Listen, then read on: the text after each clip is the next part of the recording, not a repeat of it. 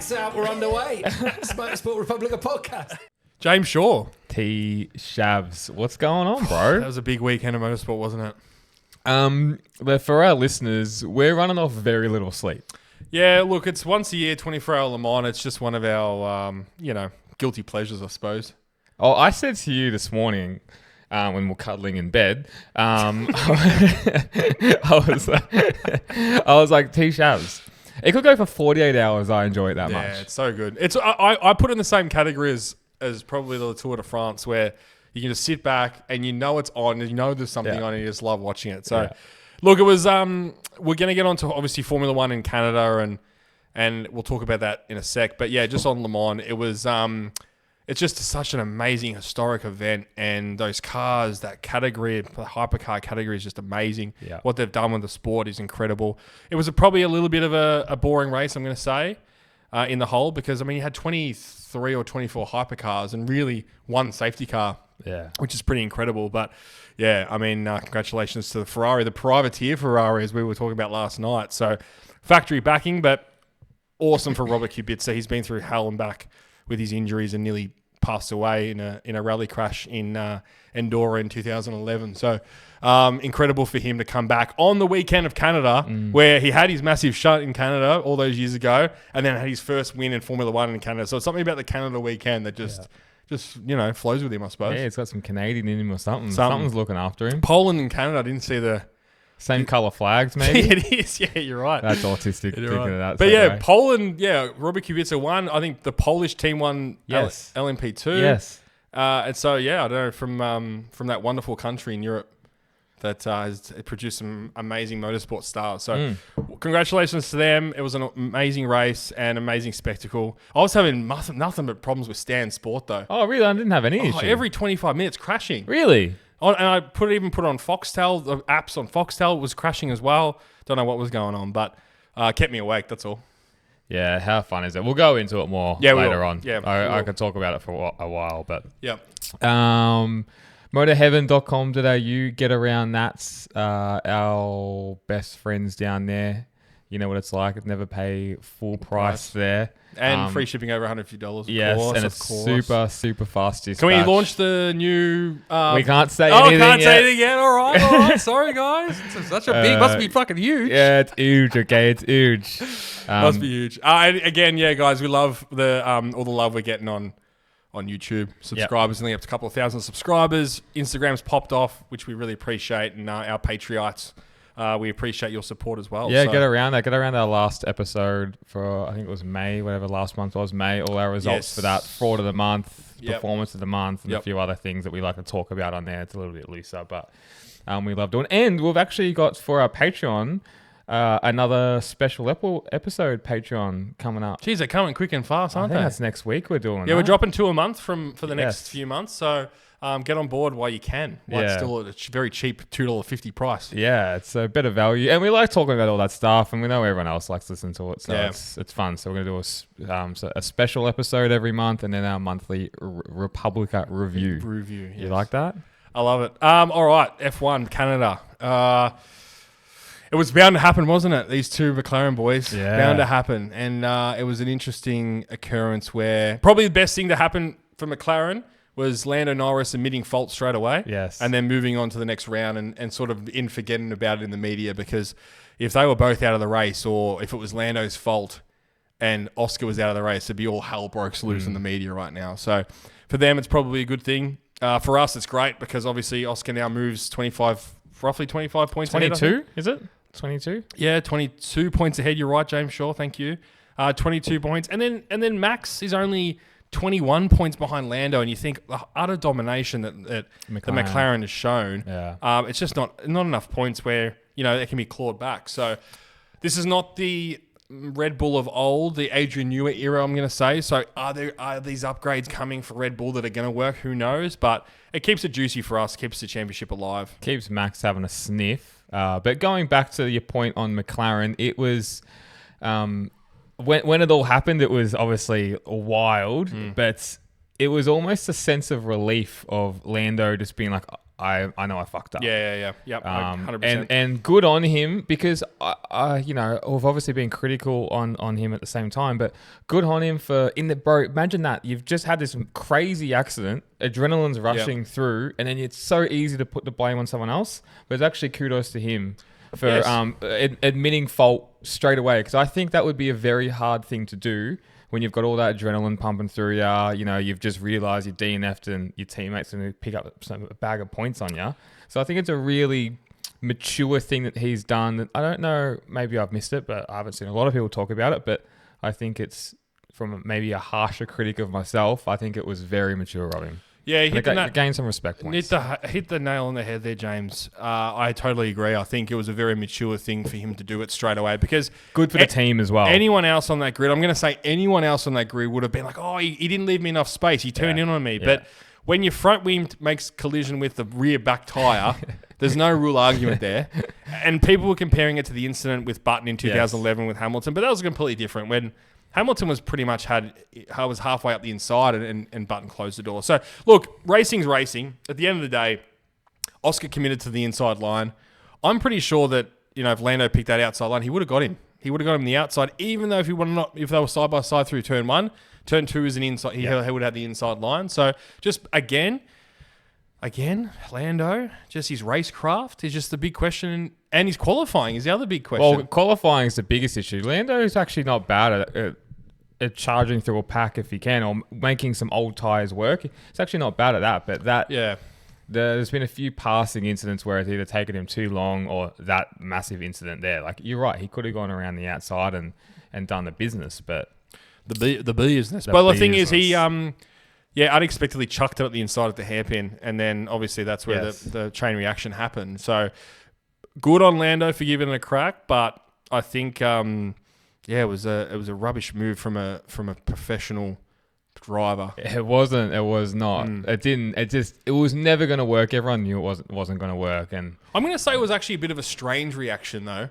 Like, yes, mature, yes, impressive, but for me, like, geez, it's like, how does he make that split decision already when the heart's pumping? Like, you said, the adrenaline pumping. I'm like, anyone on that grid would have been like, bro, any something. Person ever. And like, just at least, cracked it on the radio, not said a thing or whatever. But he comes and goes, my fault. I'm like, yeah, I don't know. It's hard because like, the person on my shoulder, the left, is like, oh, what a little pussy. And the person on my right's like, oh, very mature. Very nice, Lando. Yeah. So, but, damned if you do, damned if you don't in this. That's a Lando Norris fan right especially there. from the Aussies, tall poppy. You're damned if you do, damned if you don't. So, from the horse's mouth, as they say. Let me just run through results before we get on too much. So, George Russell, James' other arch nemesis, secures his first victory for the year and his fourth of his career. Talk about pussies, man. So, fourth of his career? Fourth in the career, yeah. Only 4 races. So, second place, Max Verstappen. Tried everything, really did. And the strength of the Red Bulls is gone with keeping their tyres, because that's just his Achilles heel. It was like the first one to go in a box. He boxed real early. Kimi Antonelli, congratulations. 18-year-old rookie, first amazing. Podium, third youngest driver ever to get a podium, which is awesome for him. And really impressive. Just like, you gotta understand that he's a rookie, 18-year-old, first year in F1, really hard race, 2-stop race. Really, the tyres are going off, and that shows true talent. So, factory team pressure. Yes. Oscar Piastri 4th, extends his lead in the championship. Charles Leclerc 5th, frustrating day for him. Lewis Hamilton 6th, Fernando Alonso 7th, Hülkenberg 8th, Ocon 9th, and Carlos Sainz. Would you call it a Groundhog Day for Lewis Hamilton? I've been holding on that one all day. Yeah, so if anyone doesn't know, unfortunately hit a groundhog. Being a vegan, he wasn't very happy about it. I saw the comments, it was so funny. So for him, he lost 10 points of downforce, as they mentioned on the telecast, which is about a quarter of a second. So, unlucky, super unlucky. But that is unlucky. Yeah, going back to Russell and how Formula One has been this year, 9 out of the last 10 races, the person leading into the first corner has won the race. So it shows you how important qualifying is. And for him to go on pole, to get a good start. It's a very short run to the first corner at Canada as well. So he had a great start. For him, great start, nailed it straight out front, just controlled the pace. It was a classy drive. What do you think of the race as a whole, though? Had a lot of mixed reviews today. I thought it was pretty boring up until the incident. Yep.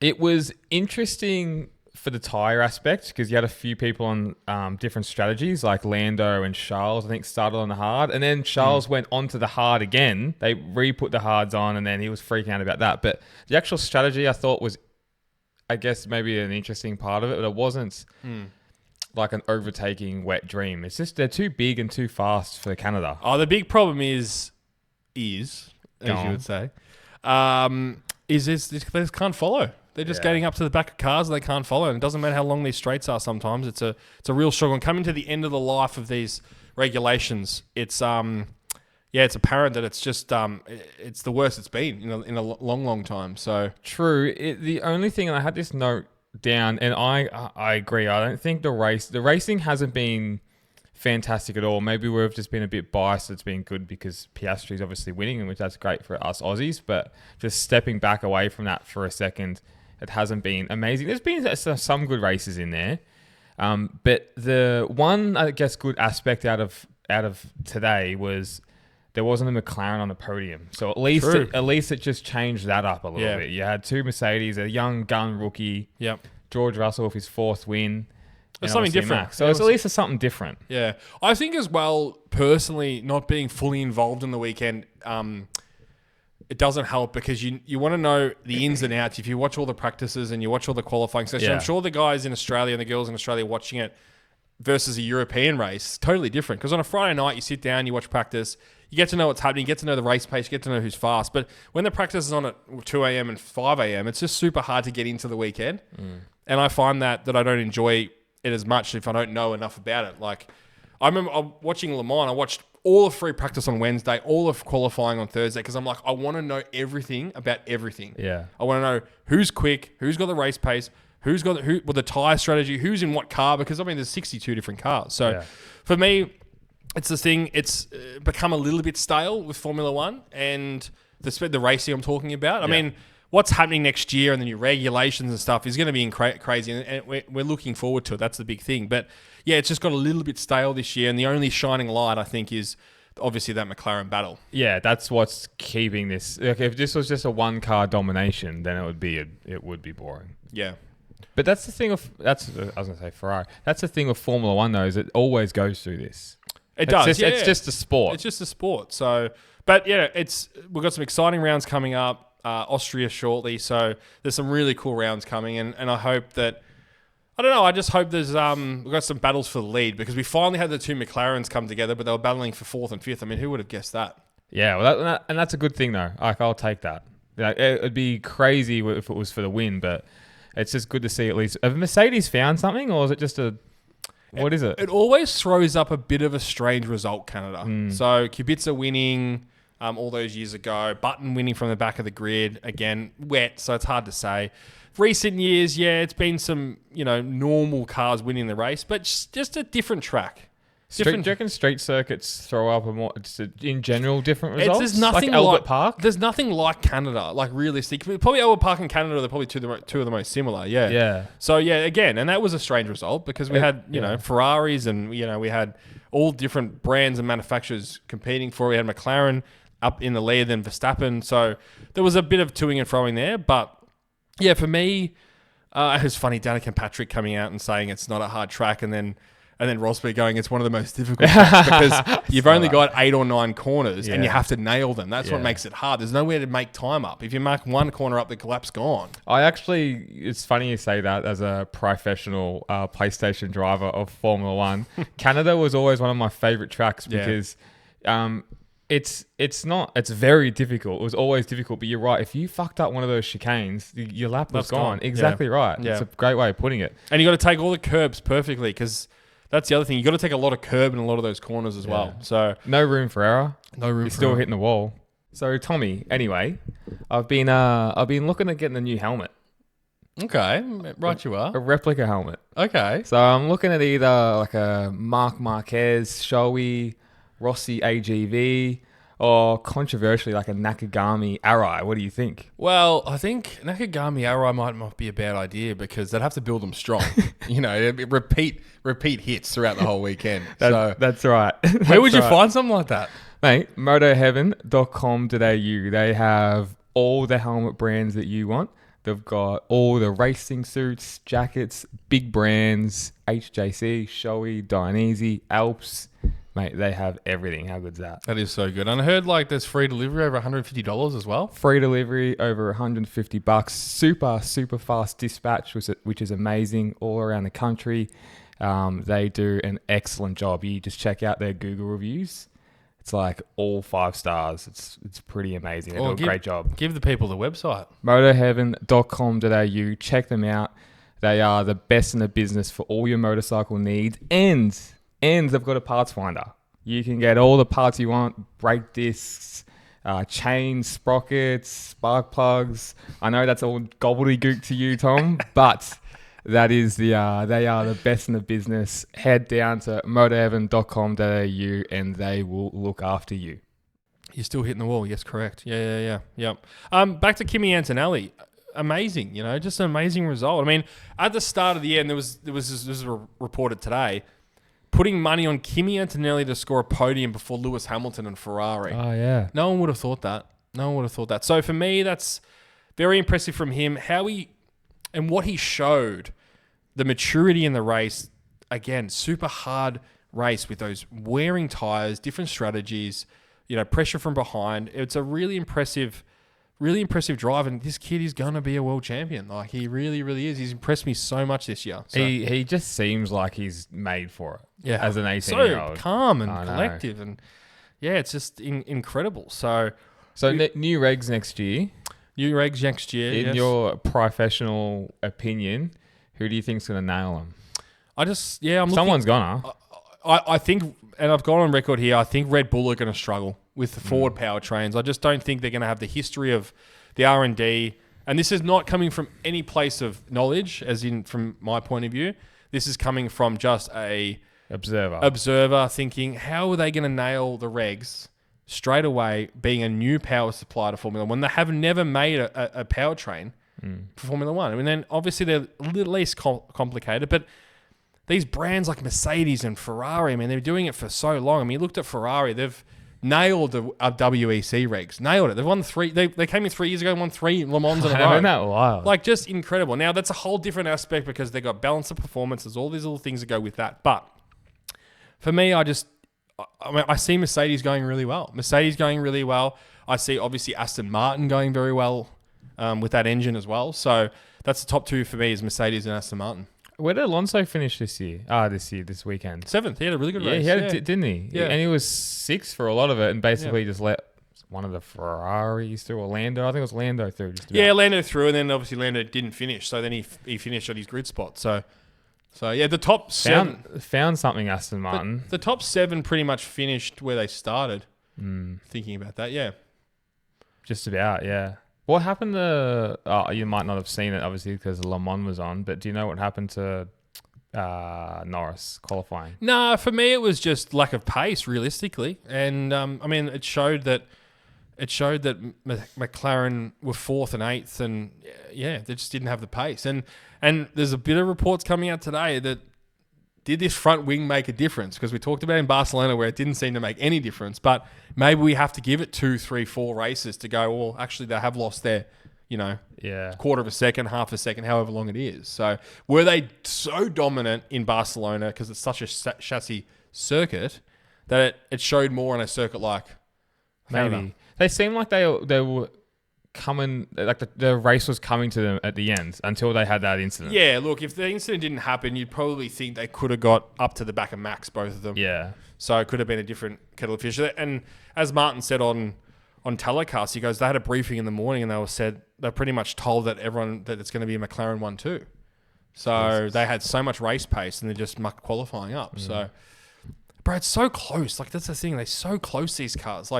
The top 7 might be a quarter of a second or something. I mean, you muck up or you don't have the right suspension on the front left corner over a bump and you lose a quarter of a second. You're 8th, Like, it's just such fine margins. So, and we're going to see that all year now. Which is a really good thing, and that's what we need because it is so close. But the only issue is, as we're talking about, they can't follow each other. So then the racing isn't exactly right. You know, it's just a race. It's literally just a race to turn one, and who can get the best start. Well, that's what I said about 9 out of the 10 races this year, Yeah. and you wouldn't have thought that. That's surprising for me, reading it today, because yes, there's probably been. I'm not saying pole positions won 9 of the last 10. I mean, they're obviously off the line, but that just shows the racing has been lackluster up front. Yeah, and like you look at Piastri's noteworthy. Like he's been realistically for so many races really good off the start. Yeah, you know, when he's either taken first or he's stayed on pole and just fended off. They're all bloody good off the start because I remember back 10, 15 years ago watching F1. Like there wouldn't have been that surprising first going down to 5th, like just bogging the start down or. 8th going to the back of it. Like, it doesn't happen now. Like, they just don't bog the start or they don't muck the start up. And there's so many different... I believe they've got 2 clutches. They've got to put the right rev point and they've got to drop one of the clutches to go. Like, it's very confusing. But I think... I don't know. I think drivers are... I'm going to say, I don't know, they probably practice these things more now because of all this simulated technology where back in Schumacher's era, definitely not Senna's era, it may have been you had to only, trial this on track. So that could be another aspect of it. Yeah, it's a good point. Remember Richard Hammond he drove Fernando Alonso's Renault and he couldn't even get it out. Like he couldn't even get out of neutral or out of first gear. Yeah, because you got you have so much. You have to have a little revs in and blip the revs, and it's so much more complicated than you.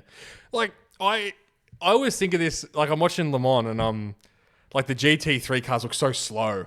Yeah, that know. And then you jump on board and you're like, oh my God, these things are so fast. Then you see the hypercar flying past. You're like, you don't fathom how fast. Yeah. Like Formula One's faster than the hypercars. So much faster. Yeah, like it is unbelievable what they can do. And like you have to go to the event to realize how amazing it is. A good representation of that is obviously for us Aussies is the end of the back straight, that chicane. The left and right. Because you see, it looks like it's in fast forward. It does. How quick they are.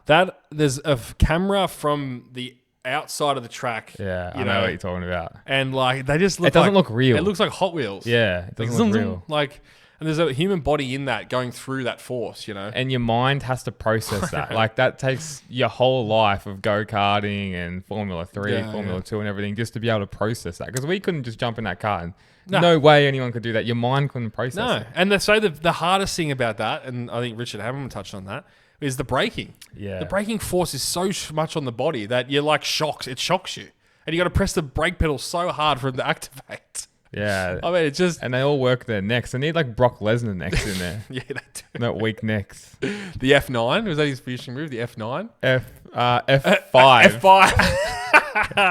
The F5. The F5. One big fuck up that wasn't really shown too much on the TV, and I couldn't believe this. They pit Piastri with 3 laps to go to put the softs on, almost putting him out an unsafe release into the lap yes, cars. They did. Yeah. And I'm like, oh my God, that would have been a 5-second penalty. Would have put him near the back of the grid if true. He was smart enough to go, oh my God, they're there, and go left. If the lollipop should never have come up. There's so much time behind them. Why are you rushing that? Yeah, that's dumb. Dumb. That's so dumb. Like that's getting flustered in the situation. Flustered and for no need. Like no need. Because they had the free pit stop. Heaps of time. And you put them out in 2 lap cars that are coming through the pit lane. That's just, I mean, that could have been disaster. Because a 5-second penalty under a safety car is like the back of the grid. Yeah, definitely. Or the second half of the grid at least. Out of the points at least. So dumb, very, very dumb. Finishing a race under a safety car sucks balls, I know. But what do you do? Like I know. They've only got enough fuel for the race, so they can't just... You red flag it, but then what happens when you... Get some jerry cans out, fill it back up. Yeah, maybe. But yeah, you're right. Like, it does suck. So anticlimactic. You're used to that. They are. Not me, mate. I'm having a good time no matter what. I actually think when they went at level too soft for the tyres for the race, I just think no one used the soft. Yeah. So it just means they're too soft. And I think they would have thrown, if they were back to where they were last year, where the medium was the hard, and then they had their hard tyre. Yeah, someone could have gone for the one stop. It actually probably would have been a more interesting race to me because they could have pushed the tyres harder. But we always talk about two-stop races. It's 100%. And in that realist, I guess they all finished pretty before the safety car. They were all closing in on each other. You said the top 5 were within 5-6 seconds of each other. Well, they're all within a second of each other pretty much. Yeah, you're right. No one can pass. But the two-stop, I don't know, maybe it just didn't work for that race. It did and it didn't. I don't know. It was a weird race, man. It's just such a weird race. It's just strange. It's like a lot of things happened, but not at the same time. It had the recipe to be like a classic. Yeah, but no one could pass. Well, and that's to do with the cars and the track. They're just too big for that track. Yeah, I don't know. I don't think they're too big for the track. I think the track's okay. It's just I don't know if they just need to be able to keep closer into that hairpin, and then it would have been fine. Maybe extend the DRS section to come on earlier. But the other thing is that chicane isn't that exciting of a passing. You can't really chuck it up the inside of the chicane. At the last one, the last chicane, because it's just too risky to go over and then they obviously got the wall of champions on the outside. So even a couple of those chicanes are pretty hairy to pass someone though. Oh yeah, definitely. Yeah. Who was it? Was it Gasly that went motocrossing again across Albon? That's right, it was too. He had another shocker. He's and he was cracking the every week. He's what's going on with Albon? He's put something in his papaya salad. And then no, but he's as British as bloody. He's as British. He ain't Bangalore Road. He's not. He ain't tired. He must be getting tired government money or something. Yeah, long live the king, bro. Yeah, I think we can't say too much on the pod, but yeah, I think that might be the case. So. Can't say too much. But yeah, Constructors Championship for me is sewn up, 374 points to 199. But Mercedes have surpassed Ferrari for the first time since, I think, actually the last round. So that's they've gone back to second. Oscar Piastri, as you touched on, 22 points ahead, and then Lando is 21 points in front of Max. So look, it's all still to play for, and I mean, it's such a long season to go. So we're not even halfway yet. So. Again, I hate talking about the championship, as you know, but that's I like it. I just don't like when they have like a live championship up on the 7th round. Nah, I hate that. It's ridiculous. They do it on MotoGP. They do it on MotoGP a lot. It's annoying. I hate that. That's like a triggered Tom. They call that PTSD. I think so. PTSD. What gave you PTSD on that? Lewis Hamilton winning 6 titles in a row. Well, Lewis Hamilton lost both of his Abu Dhabi battles, 2016 to Rosberg, and then 2021 to come on, mate. Maxi. But best day of my life. Best day of my life. Yeah. But yeah, any more for F1 there, Jimmy boy?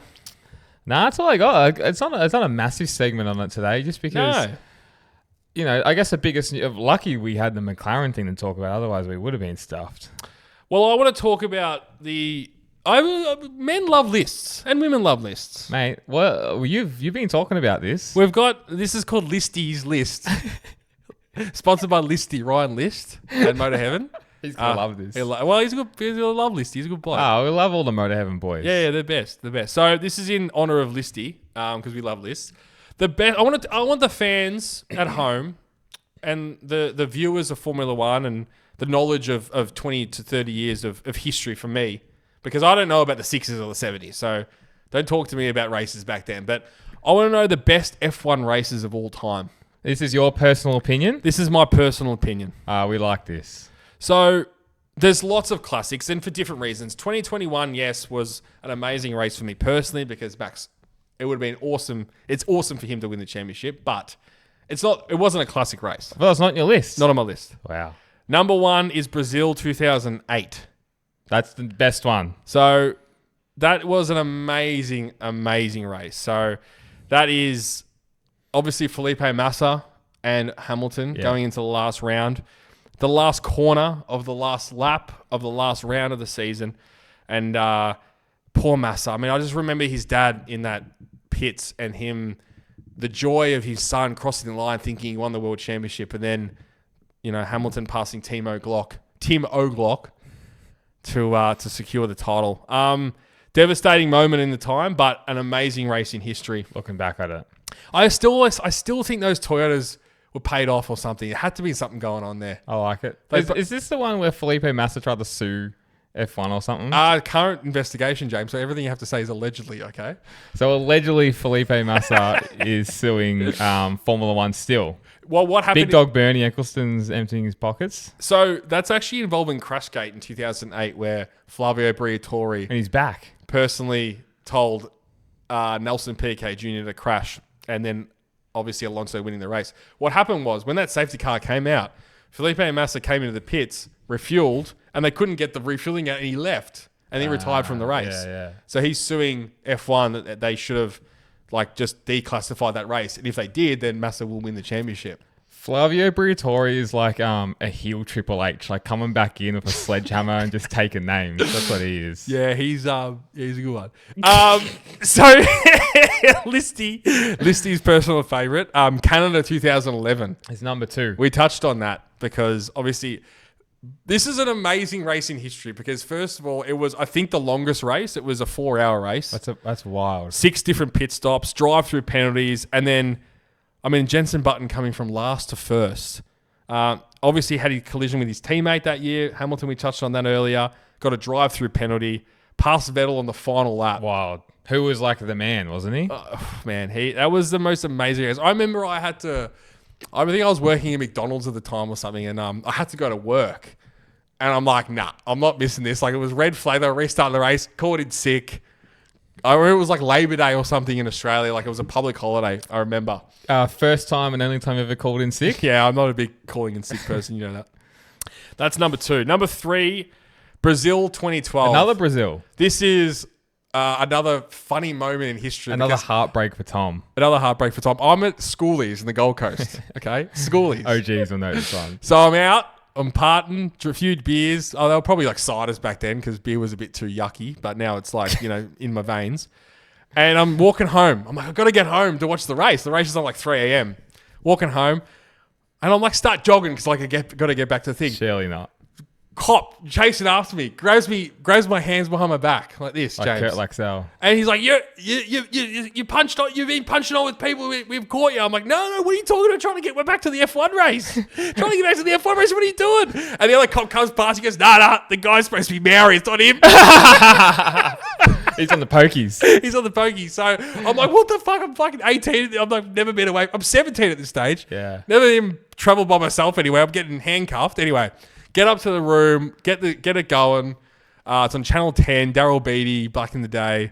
Greg, what's his name? Rust. Greg Rusty. They were presenting, and then they were doing the commentary. No, they were doing like the pre-race show. Oh, gotcha, I remember getting up there and they had it all going. Again, crashes, rain, safety cars. Vettel spins in the first lap, and I'm thinking, oh come on, here we go. Being a massive Alonso fan back then, and then he came back and just an emotional roller coaster. One of his best races of all time for Vettel. He had damage, and it was almost like, and it happens in Brazil a lot. It almost just these true stars come out, and you looked at Hamilton back in 21, Verstappen a couple of times throughout history, and then that drive was just incredible. So I feel like not to take away from your list for a second, but fine. Does Vettel not talked about enough? Geez, that's a really good point. Is he underappreciated? Because I reckon in history he's underappreciated. I just think, he was a monster. Yeah, he was. I definitely was. I just think I think people know that Red Bull had such an advantage over everything else for those 4 years. But for me, he came in. Toro Rosso 2008 wins in Monza in the rain. Like you would never see that now. Yeah. So it's a good point. Maybe another topic for another day. Yeah. Number 4, this is a personal favourite of mine and a great childhood memory. Again, being 17 at the time. Fernando Alonso winning the European Grand Prix back then, Valencia. Emotional win, crying, tearing up, his home race, stops, grabs a Spanish flag. Love that. And what a lot of people don't remember about that race is Schumacher was on the podium. Alonso won. Kimi Räikkönen was on the podium. This was a dream podium for the T-Shav. And Vettel retired. So I was like, I remember saying to Dad, I'm like, Dad, this was the best race you could possibly imagine. It was just unbelievable. It doesn't happen for you often because you always go for an underdog that's normally struggling. And then number 5, there's just an array of different options, obviously. Yeah, this is T-Shav's best F1 races of all time. No wrong answers. Well, look, I'm gonna throw out the rule book. I'm gonna say 2021. Oh, boom, baby, good. I cock teased at the start there. Yeah, that's called a CT. Look, race goes, obviously didn't kick off until the last 10 laps. Being a massive Verstappen supporter back then, before that was pre-pod.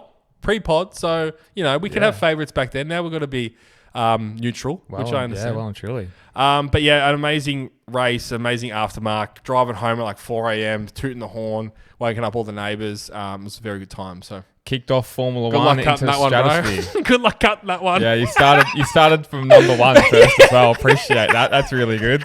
That's real good. That leaves them in suspense. Starting at number 1. Got a bit excited. That's all right. Yeah, you get a bit excited. 2 minutes in. It's all good. Hey, it's not normally longer than 2 minutes. So yeah. 2 minutes in tears, they call that. 2 minutes in tears. Well, tears for some. No, I like that. And that race, it kicked it all off for F1. It did. Yeah. You know? Yeah, it did. It was just it was like dropping a nuclear bomb on Nagasaki, that was. We'll save that for the Patreon. You know what's interesting about that race? We were doing the pod with the boys, and they all resonated with that race, even though they weren't really F1 fans of the bros. And they're like, we stayed up for that one. We watched that one. Isn't that interesting? It was just that race. It was just a milestone in history. It was that year, though. It was that year was the most amazing thing. I mean, you had Daniel Rim next door. He hasn't watched F1. He was watching every race. He was watching every race that year. And probably hasn't watched one since. But everyone was talking about it. Drive to Survive was killing it. It was an amazing year. We're coming out of COVID as well. We were still stuck at home 2021 as well. Yeah, we remember that. Raw end of the stick. But you're right about that. There's a lot of people who watched that race, and it was a 12 a.m. race. You got to remember Abu Dhabi back then as well. So for us Aussies, that's it. All right, let's jump on Le Mans quickly. Again, we touched on it earlier today. Congratulations on Robert Kubica. Having that big crash and first win in Le Mans, all on the Canada race day. Incredible. And for a privateer Ferrari team, I mean, I looked at that and I'm thinking, Ferrari, obviously, it's all one big team, of course, so they run the team, but I think they would have ideally for their brand, they would rather a red car win. So, But yeah, definitely. Incredible event, as I touched on earlier in the pod. They've just nailed that. And the thing is, next year you have Genesis, which is Hyundai coming in to hypercar. You're going to have Ford in it's like every manufacturer is going to go, oh my God, this is working for so many brands, and everyone's going in there. We want a piece of the action. Yeah. So that Valkyrie looked beautiful and sounded even better. Oh, it sounded like a V8 F1 car. Yeah, didn't it? How good was it? Well, what's the limitation? So it's a new brand, but there's a limitations of performance limitations. Is there something like that? Do you know a bit about that? Yeah. So what happened was they build these hypercars at the start of the year, and then what I believe they do is test them. And then what happens is they put balance of performance on each car. It's called BOP. So that's why they're all very similar. Like if you just unrestricted them, it would be all over the place. Because the hypercar category, you don't have to be hybrid. Because Valkyrie's not hybrid. That's why it sounds so amazing. Where pretty much all the other brands are hybrid. So for me as well, what they were saying on the telecast is the Valkyrie is new this year. They don't know how well it's going to perform. So they put the harshest BOP on it. What's that mean? Does it restrict the ECU in it? Like, just I don't know what top that speed, means. torque, that sort of thing. Yeah. So do they have like a controlled? I don't know if it's. I don't know what I'm talking about. But is it like a controlled ECU, like something in the computer where they've got, like MotoGP, they had controlled ECUs. Yeah, not necessarily. It's more the fact that they would test all the cars on like a testing day. Okay. And then they would apply a BOP to a car that's outperforming. Yeah. So if they can see the throttle's on 100% and they're producing X amount of horsepower, they'll just dial down the horsepower. Yeah, right. So, interesting. And they pretty much the whole year, they dial down the horsepower. I think they've put limitations on a lot of aero bits as well. But for Le Mans, it's pretty much just straight line speed. Yeah. Because that's what where the lap time is straight line speed. Yeah. So every other race, it's all about aero, but except Le Mans. Yeah, like you go to, do they do it? I think they do a race in Spa, don't they? Oh, Spa, yeah, Spa 8 hour. There was a few, Imola, Qatar. They don't do Nürburgring. Maybe they used to. There's a Nürburgring 24 hour, but the hypercars aren't in it. Yeah, I think it's just like GT cars. And next year, they have an Asian Le Mans series, and they're going to have hypercars in the Asian Le Mans series. That. So that would be cool if that was like close by. That'd be a cool event to go to. Yeah, that would be cool. It was just a great event. And, bro, I just couldn't believe how packed it was just for qualifying. Yeah. It was a stanza full. That massive hill is beautiful watching those cars go through. And then, obviously, for the whole weekend, it was packed. But it's so cool seeing the cars at the end of the 24 hours. It's like they've gone into battles. Rubble all over them, mud, dirt. Like, it's just such a cool... It's just probably the coolest event out there in motorsport, I reckon, is Le Mans 24 And hour. then, like, you look at the start of the race. I mean, Roger Federer is there with Valentino Rossi. I mean, just the two of the biggest names in world sport just colliding. What are they doing there? Just colliding. I mean, it was just awesome to see.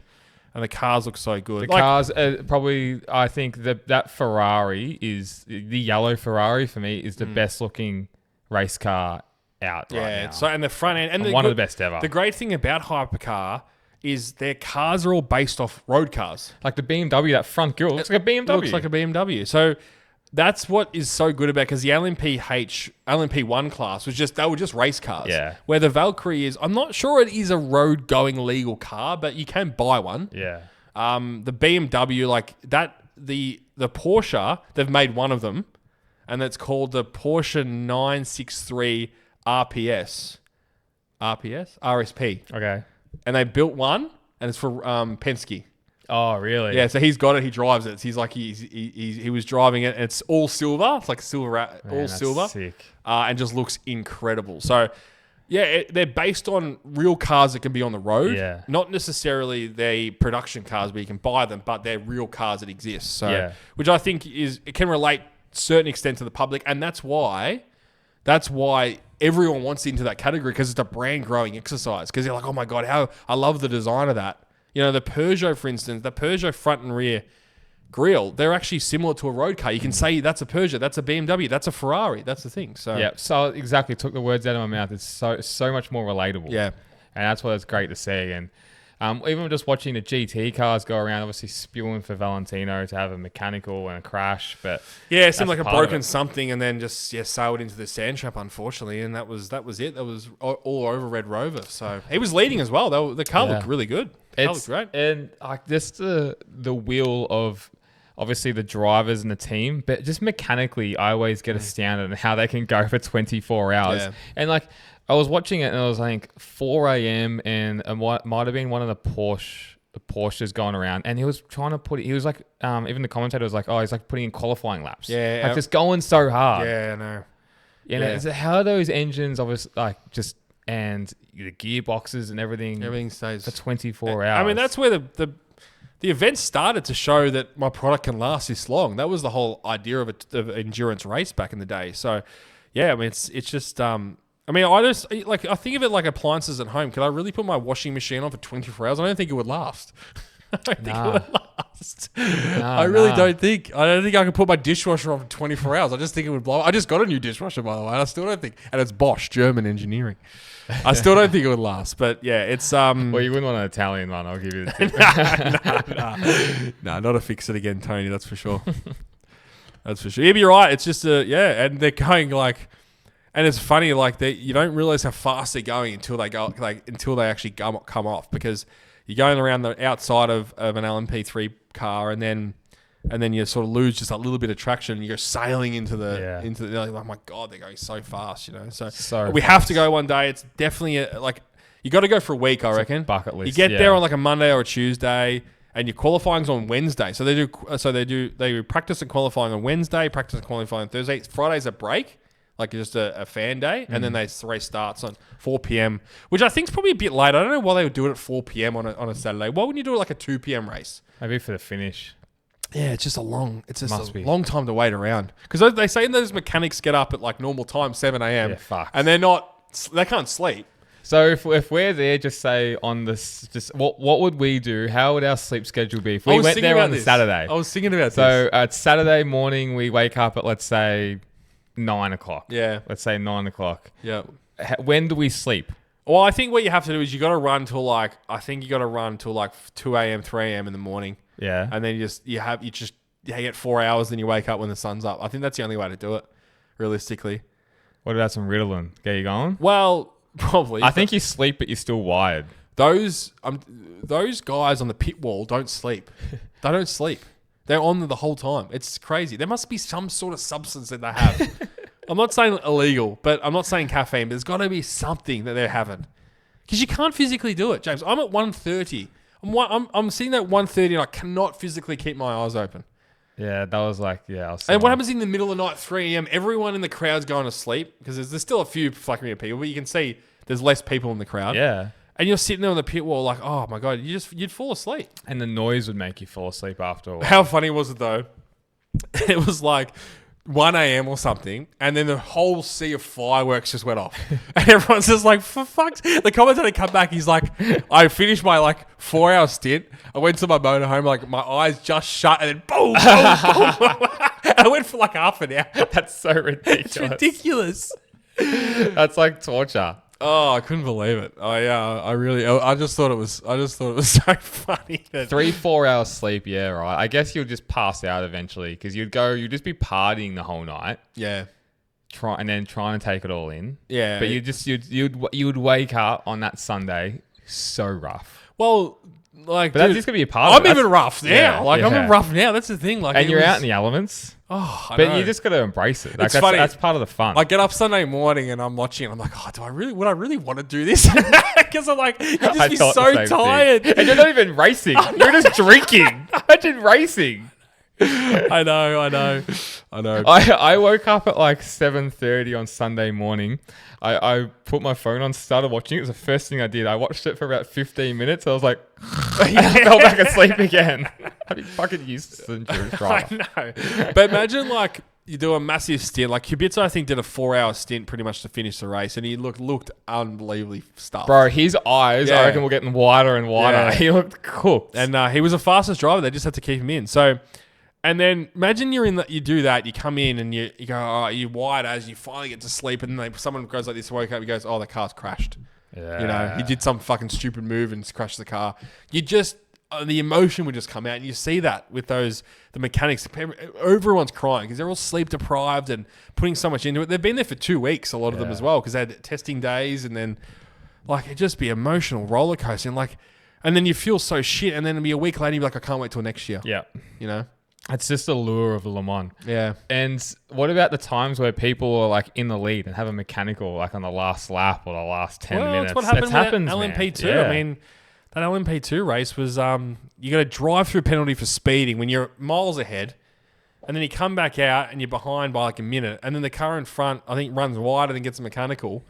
And then that's 16 minutes to go from 24 hours. And that all happens in the last 16 minutes. It's amazing. Toyota famously a few years ago, they honked out on the last lap leading the race. Ant Davidson and Kamui Kobayashi, I think it was. So, yeah, it's just not over until it's over. And, Even, it's a race where obviously you're not going to have something going on for 24 hours, but it's so perfect because it's always on in the background. I'm like you. I love having it on the background and just watching it when you watch it. Yeah. And there's always something to talk about. And the most underrated thing out of all this is the commentary. The commentary is amazing. Graham and Paul and John amazing. Ant. But they just do such a great job all through the day, they do all an amazing through the job. night. Because and that's really, if that's shit commentary, it's like a Tour de France. We always go back to the Tour de France, but it's a commentary makes it. Yeah. And they always either funny or just put interesting bits in or talk about the history or just. You're always looking for like little tidbits, and they've always got something. Well, it was a funny one this morning. It was like someone hit a rabbit, and they said, "Oh, a Jew, a rabbi." Go on. You didn't give me this joke either. Go on, tell me. I haven't. I can't remember it, but it was funny because he turned rabbit into rabbi, and they got it mixed up. And it was like they're like, "All right, well, carry on then." And I was like, just perfect timing. And you're right. How they do it, that voice, just that distinct voice. Yeah. I think his name's Graham. I don't know his last name, but he's just awesome. So, and we've been listening to him for 10, 15 long time, years. But he obviously knows his stuff. He loves it. You can hear the passion when he talks, but that's just what you need. For those events, that is so crucial. You can get away with shit commentary for a 45-minute MotoGP race if you really have to. Yeah. But a 24-hour race where you want to know everything, you want to hear all the intricate details, talking about the track or the history or some dumb jokes. Like the French commentators, remember they started singing at 3 a.m. Like how good's that? Yeah, I think of that sort of event because a lot of people just watch that event. So you need to be like someone to really explain what's going on. Yeah. And they do a really good job. Well, I'm one of those people. I don't watch every endurance race. No. Le Mans is the one. What made you get into that? You got into it and then got me into it. Don't know. It's a weird one. It's You got into it when I remember watching it with you when it was Audi versus Peugeot. And that was it. I remember the Peugeot had And it was never going to win. And it was funny. Never gonna win. We hated Peugeot for some reason and loved Audi. And the Peugeot had this like cockpit design where they had like they were out in the elements, and the Audi had that. That was classic days for me though. Yeah. I don't think anything will compare to those days. Yeah, nostalgic. The hatred between them, and then like the McNish. Yeah, that's right. I haven't heard that name in a long time. Rockefeller. You had Andre Lotterer, like these classic names that. That racing was like obscure. Like it was weird. It was weird, and it wasn't like I'm telling you, there was 4 cars and they were fighting, and like they could have been 4 laps different or something, and we're like, this is the most amazing thing because it was so raw to us. Yeah, and it was now, 24 hours. And now 3 cars finished within 16 seconds. And kind of like, better back then. It's crazy, man. Bro, there was 4 cars. Yeah. 2 manufacturers in the hypercar or LMP1 or whatever it was. Well, one stage in WEC, there was Toyota. That was it. That's doldrums. I know. What's that? When do you reckon that was? 2017? Yeah, 2016. Yeah, 2016, 17. And then Porsche came in. Ferrari's come in recently, so... And then obviously it's all change of like Formula 1 kicking off. It's just wild. That is... Talk about the involvement of a sport and a motorsport. That's going to be... I'm telling you, that will be super popular over the next 10 years. I think it's going to grow to a massive sport. Especially when you get all these Formula 1 drivers that are popular now going into it. We got to remember, like, Michael Schumacher came from that. He started in sports cars. Mark Webber came from sports cars. Like, not a lot of people, they think they went their traditional path of going up through GP3 and GP2, but these guys started with sports cars. So it's always been a massive thing with the FIA involvement in it and everything. But nowadays, it's just... Yeah, some people might choose sport, that sort of racing over F1 because there is 63 cars and 185 drivers, whatever it is, where you got 20 F1 drivers. I really like it. I really like watching even the GT cars. Yeah, I love watching the GT. Some of the battles is awesome. LMP2 is good. They got a new car coming in the next couple of years as well. So it's all happening here at the G, mate. Yeah. And just endurance, driver changes, refueling. It's good. It's a bit more old school. Maybe it's old school. Yeah. We like old school around here. Yeah. All right. Mugello, brother. Bro, Mugello. Bro, MotoGP, we're back. Is it going to be a Bagnaia hunting ground? I don't know, man. Mugello's what? He's won his past 3, was it? He has. Past 3. This is... we keep talking about ultimate tests for Pecco Bagnaia, but is this the ultimate test? Has he found something? There's going to be questions that are going to be answered on Sunday night. Yeah, there's a lot of... I think a lot of questions will be answered. You're right. And I think it's exciting for us. I just hope that the championship just doesn't finish too early for us as well because we want to see a championship battle at Phillip Island in Malaysia. So for me, going forward to the next few races, I really hope to see a Bagnaia up there. Yeah, and look, I'm going to put him down for the win. I think I just got this weird feeling that he's going to win. It's his track. If he's going to pull anything out this year, it's going to be Mugello. It's always just going to be Mugello. Is he going to go average in the sprint and then win the race? Yes. Yeah. Yeah, I think he can't. I think you got to rule him out for the sprint. I think that's probably just a Marquez, whoever Marquez territory. I don't see Bagnaia ever winning a world championship again because of the sprint. Because it's a good call. Well, ever since the sprints come in, he's cooked. Yeah. And it happened with last year with Martin. It's happening this year with everyone else. He hasn't worked out that bike for the sprint. It's got a different fuel tank. We know about that. They've tested some new aero in Aragon, which is interesting, but I don't know how much. They can't use it for Mugello anyway. Yeah. They're still got to homologate He's the same rider, arguably, as Rossi, just not a massive qualifier, 1 lap pace. It's all about that long game in the race. And he's amazing. The race comes to him. Yeah. And I think that's what's going to happen at Mugello. Like, I can see a Marquez crashing Mugello. Mugello's is not his circuit. But if Marc Marquez goes out and wins, then I don't know why. GG. Yeah. Thanks for coming. It's like under 9 footy, we had to say good game to everyone. Yeah. That was it. That'll be it. That's it. Gone. Finished. Yeah. And it already is, let's be honest. It is. And the only one who can stop him is his brother, and who would have thought of that? But yeah, for me, this is the biggest race of the year. Biggest race of the year we've had so far. It always produces good racing. So it's always going to be battle. He's going to have to get his elbows out. Moto 3 is going to be awesome. Moto 2 is going to be awesome. Clear the schedules. The good thing about this weekend is the schedules are cleared. We have Mugello and Mugello, that's it. I love a standalone big race like this. Yes, Formula 1's awesome, but too much sport going on. Too much sport when you're going on. When you have Mugello, the biggest race of the year, Yeah. and another F1 race. So clear the schedule, 10 p.m. Sunday night. Be there or be square. Fox Sports 6. Fox Sports 6. I like it. I think Pedro Acosta's going to have a good weekend. Yes, there's Big, long KTM straight. Yeah, they do hold the high speed record, top speed record at that track. So 363 kilometers per hour. Brad Binder. Numbers, man. So yeah, I mean, it's interesting. I think it's just going to be a whitewash of Ducatis again. Yeah, okay. Like it was last week. I don't know. I think that's a hard track for a rookie, like a Furman, Mugello. Like I think that track takes a lot of experience. To be honest. But he's got experience in the lower class categories. Yeah, Don't you but think, James? 270 horsepower motorcycle, whatever it is.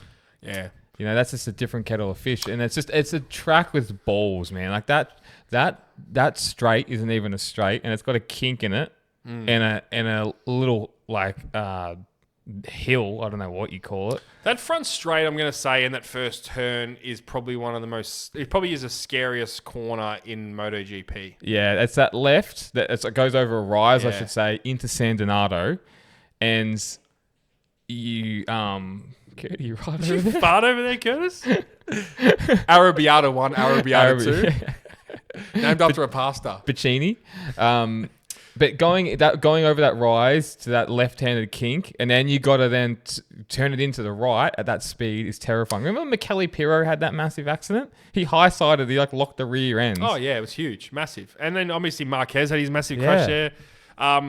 What I love, and one of my favourite things, and actually Danby touched on this many weeks ago, and it actually reminded me of it, is that bird's eye shot of the first corner, of like them coming into the first corner and then the different brake lines, and you're like, is he going to pull it up? Is he going to pull it up? And then, you know, some people just pull it up. It's amazing. And then some people you can just see them running wide. Like, and it's like the Bagnaias of the world, the Marquez as well. They always seem to turn it in, and then you got the lower class riders that seem to always run wide. So it must be, I would say, and I wouldn't be surprised if they say that it would be the hardest braking marker to hit. Yeah. As in, like, it would be hard, as you said, Yeah. it would be hard to pull that bike up and hit your braking marker every single time, because you always see those guys running wide. Well, you had, I mean, Lorenzo, Petrucci, and Marquez back in the day. Remember that Petrucci passed both of them into that first corner? That is crazy. Like, to trust someone at that speed, you have to be the best in the world. Yeah. Because no doubt in my mind. Just the pressure. Like, I would fumble under the pressure. Yeah, and then to break that little bit later to then pass two of the fastest guys in the world is wild. And how does Pirro go into that first corner now with sublime confidence after that massive crash? Like, because you just got to trust. You just take all that brake. Yeah. And you just got to trust it just stops. Doesn't spit you off. Yeah. Because that spat him off, and he was flying through the air. Do you reckon for him that he was probably in the air for half a second, not even? Do you reckon he had any thought that was going through his head, like, oh fuck? You know when something happens, split second, but, like, it's like time slows down. Yeah. You're like, oh my god, this is huge. This is fucked. Yeah. But it's only a blink. Yeah. But you have like those thoughts. Yeah. I would love to know if he had any thoughts, because then he was knocked out straight up. He probably can't remember. He was knocked out straight away anyway. But that separates the men from the boys. But then Marquez had the same thing. I think he cut his chin open and even re-injured his eye. But he went out that next practice session or the next day.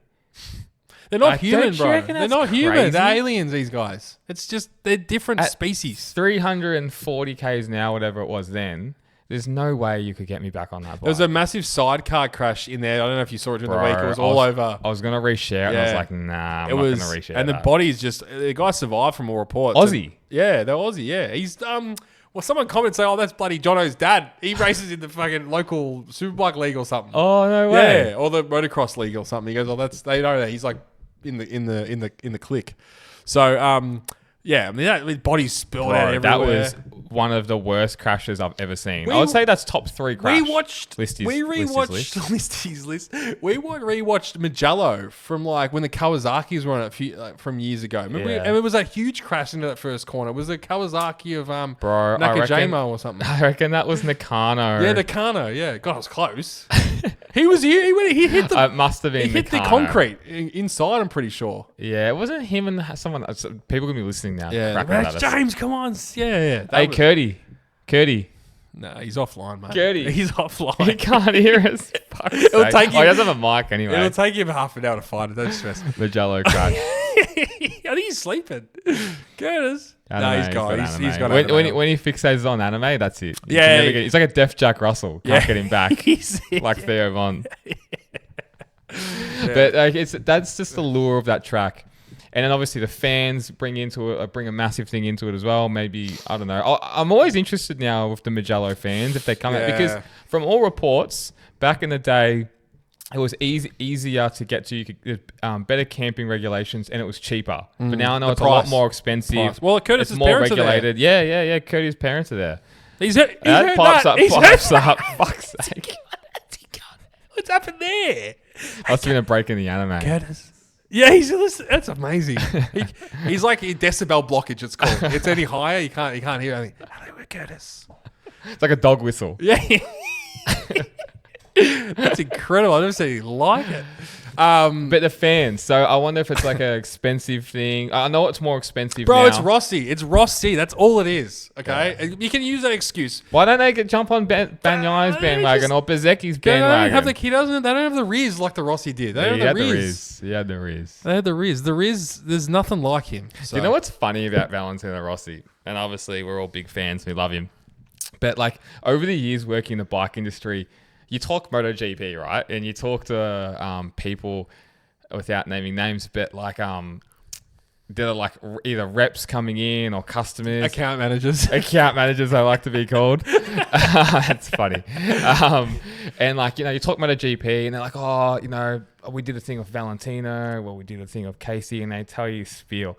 And like I shouldn't say every single one, but I've had a few reps like, oh, Valentino is gay.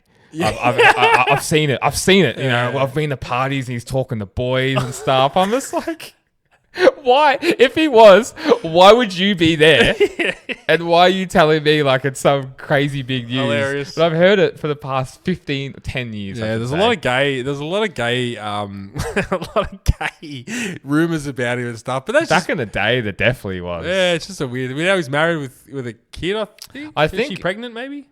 No, he's got a kid. Yeah, got a kid. Yeah. I think back then as well, because he was the first person to like bring his mate. Oh, it was just his mate. Yeah, The poor guy. It's gonna the same thing happen. It's gonna happen with Quartararo and Tom. His mate. They're gonna. It's like us, bro. Yeah, they're gonna call bloody. I don't know what's going on in that motorhome back there, but It's just bringing his mate. probably Nothing just wrong playing with that. PlayStation together. That's Yeah. cool. That's cool. Nothing wrong with that. But it's just interesting. It's just funny, like all these different people. I'm just like, bro, why would you be there? Why would you be there if he's doing that? Doesn't make any sense. I'm sure a lot of people at home have got a lot of stories of people going, "Oh, I did this, I saw this, I've done that with celebrities." Like, did it really happen? Probably not. So, Definitely not. Yeah. But I think it's cool. Like, he was one of the first people to bring like his best mate, and now he's running a MotoGP team, Uchiho. That's cool. That's wild how successful that is. That is so cool. Yeah. And he's obviously got such pull in the paddock now. He's been in there for 20, 30 years. Yeah. I hope it'd be so cool if he comes out to Australia or he's in Malaysia. He's awesome for the sport. Yeah. You need it. And it's interesting this year. It was the first time we've seen him in the VR46 merch. Yes. He's normally in like Yamaha bullshit ambassador merch. So I don't know what's going on there. Interesting. I didn't know. But like, Trust you to notice that. You know what's crazy is he's been Yamaha's ambassador. Yamaha's done nothing with him. Bro, put his livery on bikes. Use him for something. Like, you've got the most marketable person in MotoGP ever. His history, yeah. And he was the ambassador, and they have done maybe it's him, I don't know, but like, and what he wants It might to do. be the contract. It could be, has to be For something. sure. But like, you think you would try everything. They'd be like, all right, okay, well, let's do some Rossi R3s, R6s, R9s, R7s. You get paid for it. Yeah. Bro, you're going to Stock's sell a better, ton of but them. No liveries, but no special lives. So Yeah, but you're going to sell them for the Guidos, man. The Guidos love them. the Carlton crew you're talking about? You know, like they're like the American Wogs, the Guidos. You ever heard that? Like Gym Tan Laundry, like Jersey Shore. Yeah, Jersey Hey, Shore. I'm walking here. The Gabagool. The Gabagool. They love it. They love it. Yeah. They love it with the big gold chain. You got to sell it to them, bro. You do. You do. Yeah, but it's gonna be awesome. I'm so excited for the weekend. What? Just a branch we just went off there. When James started talking about special liveries, I had to bring you back. Because you know my thoughts on that, boys and girls. All right, let's move on to world famous Listy's hot takes. Poor Listy. He's got Listy's got a real gripe with one of our mates. Yes, he does. No, he's got a good charge of character, Listy. Yeah, he is. Yeah. He's gonna hate Just buy the coffees a bit more about Listy. Doesn't buy enough coffees. Adrian's gonna piss himself. Doesn't buy enough coffees. Yeah, get him going on the rounds a bit more, you reckon? Yeah. All right, at Jamesy995, Leclerc to Merc, Russell to Red Bull. Look, there's lots of rumours with Mercedes next year, and I think, Russell putting it in first and having Pole and a win. Great start to the year, I think he's going to cement his spot, and I don't think they don't need to find someone else. I think he's got enough talent. Is George Russell world champion caliber? Yes. Fucking hell, I didn't expect you to say But that confidently. I don't think Lando Norris is. If push comes That's a to hot shove, take. If push comes to shove and Lando's with an equal driver in the same team, I don't think he's winning the championship. Not because of the talent, because of the mental capacity. I really think, just shown time after time. So, again, it's easier sitting here and talking about that, but yeah, time after time, it's just happening again. I think you look at Kimi Antonelli and he's a step above them. Maybe obviously not now, but he will be. He'll easily be a step above them in 5 years' time. The knowledge that he's going to have. Compare the pair. Yeah, same age, same income, same super contribution. Yeah, knowledge he's going to have. Oh, yeah, crazy. At our boy Willie_Nels, actually our winner of the $150 gift card, he corrected guessed right. So, and that don't shoot us at home, even though he's contender for number one ticket holder. Yeah, he actually won. He's won two competitions now. Amazing. He was the only person to pick Mark, Alex, and Morbidelli third. Great, and you know what? Great pick. Morbidelli, putting Morbidelli in there, and it couldn't happen to a nicer bloke. We love Willie Nels. So one of the nicest. Yeah, and we're going to do another comp. I'm actually meeting up with him on Saturday. You win comps, you get to catch up with us. Ah, beautiful. You're not working on a Saturday. You're not going all the way down there just for that, are you? Yep. Oh my god. Yeah. Like talking about a gripe. Talk about us, a fun worker. Yeah, he is. The inline 4 is all that Quartararo has known. What if he can't gel or get with the V4? Look, that's an interesting take. I need to have a bit of apology from last week as well. So they ran the V4 in testing. I said last week they're not running it. They are running it. T-Shabs is confused about this whole situation. Bro, I'm so confused. Bro, you've been confused from the start. Bro, you've autistically confused yourself about it. I'm hyper-fixated on this V4. Too much. Too much. It's cooked me. I thought it was going to be running for this year at the start. No, they're not even running it. Then I was said it's not going to be run for the whole year. They're running it already. So just don't listen to me in regards to a Yamaha V4. Do not listen to what I'm saying. I don't know. Can someone make a compilation of all your V4 takes? Because it would be the funniest thing I've ever watched. Dude, I wake up on Tuesday morning. It's Fernandez's first reaction to the V4. I'm like, what? They are running it. I'm like, bro, Jesus everything Christ. you've said about the V4 has been totally wrong. The opposite. I cannot. There's never been like this with anything. I've noticed that. I can't believe it. I've never wanted to bring it up on the pod, but I wanted to let you ramble on about it, and goodness, it's the fucking funniest. Just. I'm sorry. Just from my heartfelt apology. I just can't believe it. Everything I read about his fucking engine is wrong. It's actually causing you nightmares. I know. Anyway, please carry on. Bro, or I don't know. It's a great point from our boy Willie. Quartararo has to run this V4. He's never ridden the V4. It's a completely different engine. But I think Quartararo is talent. He's going to make it work. Yeah, talent's talent. I'm not worried about that at all, Willie. But that's a good take. I like that. Oh, it's a great take. Yeah, it's an interesting point. And the whole thing with hot takes, what I love is I've never thought of that before. And you've thought about the V4 a lot. And the one thing he could have put two and two together, he's already got ya. Oh, I got tears. I'm laughing that much about that. That's funny. Far out. At Samsel21, Norris will lose his title chance through flopping his qualifying. I don't think that's a hot take at all, but I'm reading it out. Yeah, no, I tend to agree with that. I think we've touched on that, but yeah, definitely 100%. What's that say? Puggy _89. Making F1 cars all the same makes for boring racing. Different engines and tyre wars. Tyre wars I'm iffy about because there's always one manufacturer that just has a better tyre and they'll only win. It's what only happens. But every F1 car is built completely differently. That's the most amazing thing. They're built completely differently. They're all like... They just lease different engines if you like. And they've got 4 or 5 different engines to choose from, and they got 12. They got 10, 12, 11 teams. They all have to design their own car. The only thing that's shared is the tires. Like even Red Bull and Toro Rosso can't share. Exactly. The only thing that they share is a rain light at the back, all right, and the tires. That's the only thing. Yes, they have to complete this car under rule. Very, very stringent rules that they have to build the car by. But they're all making the parts themselves. That's what the most amazing thing about Formula One is, that 5 teams can come with different ideas and they make the car that's exactly the same speed. Listen to that, ladies and gentlemen. You talk to this man about Formula One engines, tell you everything. Yamaha V4, No. 0. No. I'm still learning. I'm still in my infant phase. Oh, it's so funny. At Oliver B _Oz, Oscar Piastri is definitely the number 1 driver at McLaren now. They're gonna have to make this decision over the next probably 4 or 5 races, because if you've got Verstappen coming in and winning a couple of races, what's the number 1 driver give him though? Just if Lando's in front, if he's second or third, and Piastri's behind, they'll just let him through.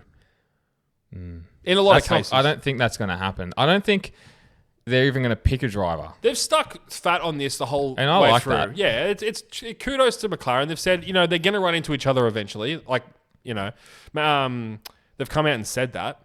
So just have to they still got a commanding lead in the constructors, and that's what the main thing is. But don't feel like they just want to win the constructors. Of course, they want to win the drivers' championship. So, but Mac's still only 40 points behind. It's still very close. Still very, very close. At Matt Ould _OG Pod Fave. Miss the old rivalries in MotoGP. They're all too nice now. Who do you think could bring that shit back? Well, not David Alonso. He's like the nicest guy ever. David Alonso, definitely not. Marc Marquez can normally get under people's skin, but I don't think there's no other massive ego like a Rossi. Costa. Yeah. Costa's, right? I'll take that back. Acosta's probably the one. Costa's the only one, and I think great call. If he gets on a Ducati or something similar to Marquez, them dueling at it would be awesome. He's already had shot some. That could be something in the next year or 2, depending on where Acosta goes, which would be super interesting. I love that. I think that if there's going to be any rivalry, it's them, because Pedro has said, famous, like he said, I've said this before, is Marc Marquez was my favorite. He was the person I looked up to. Then he changed his answer to Valentino Rossi because he wants to get under Marquez's skin. So I would love to see that. I think that's a great rivalry. And that's just two different... It's like a Rossi and a Marquez. It's 2 different generations going up against each other. Yeah. That's what you want to see. They want to see Pedro Acosta on some shitbox KTM. Bilal. Bajaj. Muhammad Bilal. Yeah, well, the Indians don't make the best, Well, stick to land. Yeah. Land craft. Yeah. Sorry, Papa. Shouldn't bloody get him involved. Talking of Papa, it's called Papa. Oh my God! Hot take. Realistically, Max's main rival is going to be Russell more than McLaren by the end of the year.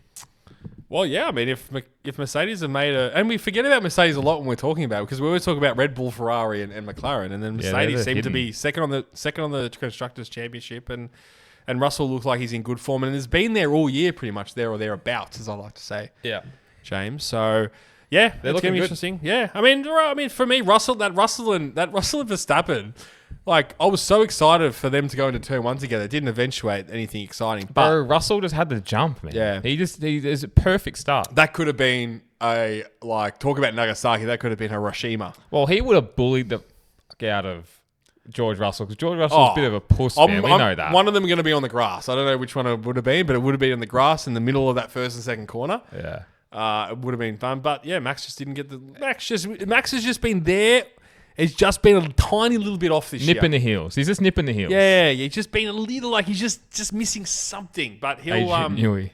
Yes, James Shaw, correct. Well done. You like that? I did. If I'm gonna go for any team, though, take the drivers out of it. I like Mercedes. Really? Yeah. Mercedes? Nah, Yeah. bloody Toto Wolff. I like I like Toto, and I Yeah. like German engineering. Yeah. Why are you laughing? It was funny. It was the Porsche was leading Le Mans, and it's like the last time a Porsche has rampaged through a German has rampaged through France is like 1943. It was a good meme. The good thing about this podcast is we talk about World life events. We talk about motorsport. Name a podcast that talks about motorsport, war history, and WWE in one go. Hey, anime for Curtis. Varies. That's all we have, a very niche clientele. Yeah.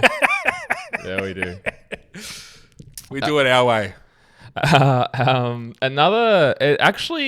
This guy is a contender for number one. What is it? Number one ticket holder.